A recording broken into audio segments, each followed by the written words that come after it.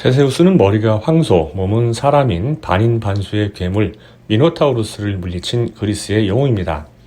그는 미노타우루스를 처치하기 위해서 거대한 미로 궁전 라비린토스에 들어가야 했습니다. 미노스 왕의 두 딸이 붉은 실뭉치를 전해준 덕분에 테세우스는 미노타우루스를 해치운 후 미로에 놓인 붉은 실을 따라서 무사히 탈출할 수 있었습니다. 아이디어 전달법을 알려준다면서 갑자기 웬 미로 이야기냐고요?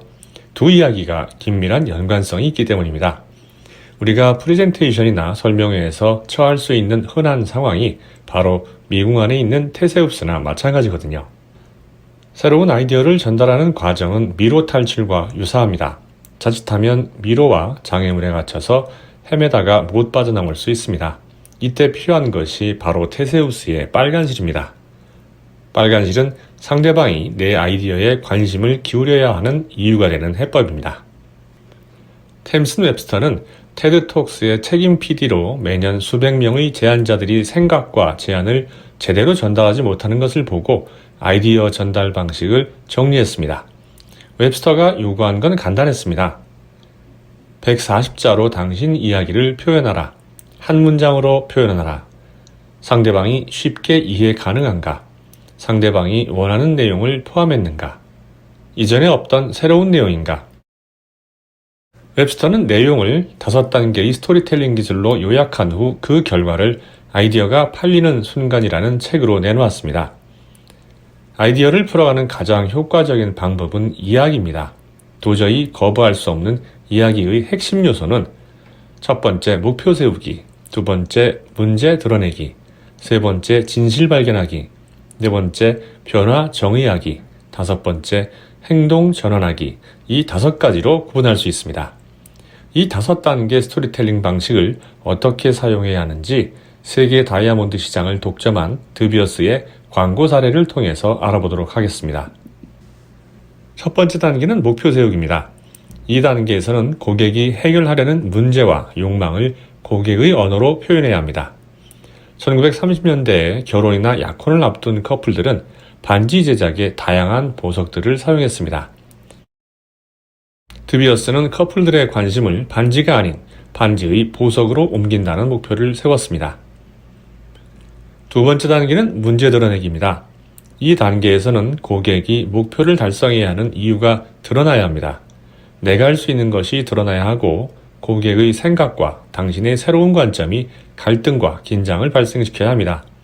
무엇이 문제인지 알아야 고객의 관점이 바뀌기 때문이죠.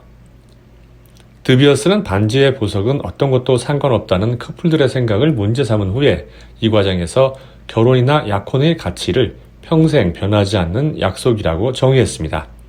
이렇게 한 이유는 변하지 않는 약속이라는 가치가 다이아몬드의 특성과 일치하기 때문이었습니다.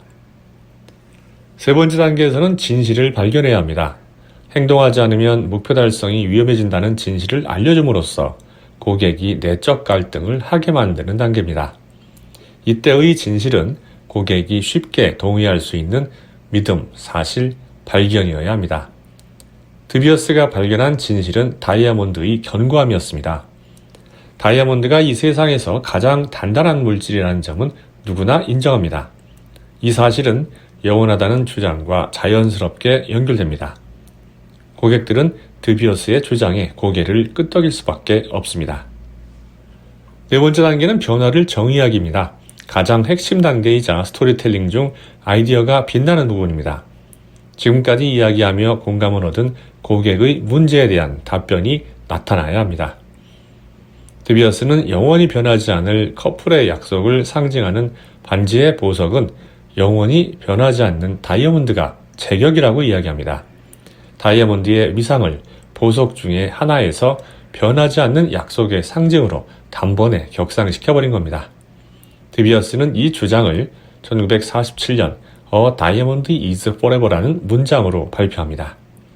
이렇게 해놓고 나니까 다른 보석을 고르면 왠지 약속을 쉽게 파기할 것 같은 느낌을 주지 않습니까? 커플들은 돈을 더 들여서라도 서로에게 다이아몬드 반지를 사주어야 하는 필요성이 생긴 거죠. 마지막 단계는 행동 전환하기입니다.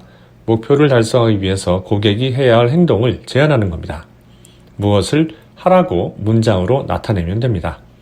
제안하는 쪽이 원하는 행동을 넣어야겠죠. 드비어스는 다이아몬드 반지를 사라고 고객들에게 행동을 요청했고 그 결과는 대박이 났습니다. 한 가지 유의할 점은 네 번째 단계인 변화 정의하기에서 고객의 변화를 너무 강요하면 오히려 역효과가 날 수 있다는 겁니다. 드비어스가 다이아몬드는 결혼의 상징이다 혹은 반지가 아니라 보석이 중요하다고 이야기하지 않은 것에 주목해야 합니다. 다이아몬드는 영원하다고 이야기하고 결정권은 고객에게 넘기는 영리한 선택을 했습니다. 연구 결과 대부분 사람들은 이처럼 자신의 자율권을 존중하는 제안을 할 때 더 공감하고 행동에 옮긴다고 합니다. 템슨 웹스터의 5단계 스토리텔링과 드비어스의 사례를 참고해서 제안이나 프레젠테이션에 한번 적용해 보십시오. 아이디어의 미로 속을 탈출해서 고객에게 인상적인 제안을 할 수 있을 겁니다. 여러분들의 성공적인 제안과 기획을 기원합니다. 이상 분가존이었습니다. 행복하십시오.